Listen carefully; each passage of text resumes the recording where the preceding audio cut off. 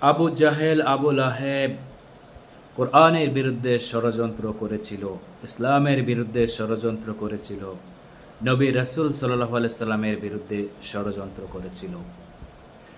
তো এই আবু জাহেল, আবু লাহেবের মতো যারা ষড়যন্ত্র করবে আল্লাহ তাআলার বিরুদ্ধে, কোরআনের বিরুদ্ধে, তাদের উদ্দেশ্যে কিয়ামতের ময়দানে আল্লাহ তাআলা যে কথাটি বলবেন তা সূরা মুরসালাত এর ৩৯ নং আয়াতে আল্লাহ তাআলা জানিয়ে দিয়েছেন যে আল্লাহ তাআলা বলেন, فَإِن كَانَ لَكُمْ كَيْدٌ فَكِيدُونِ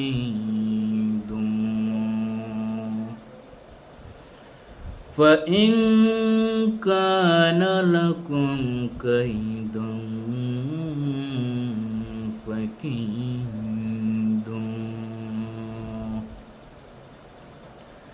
মহান রব্বুল আলামিন সেদিন বলবেন, এখনই তোমাদের কাছে যদি কোনো ষড়যন্ত্র থাকে তাহলে তা আমার বিরুদ্ধে ষড়যন্ত্র করো।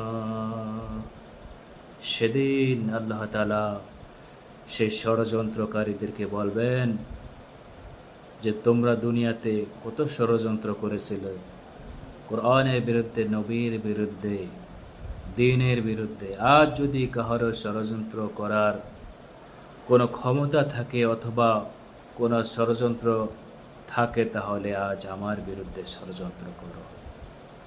দুঃখের বিষয়।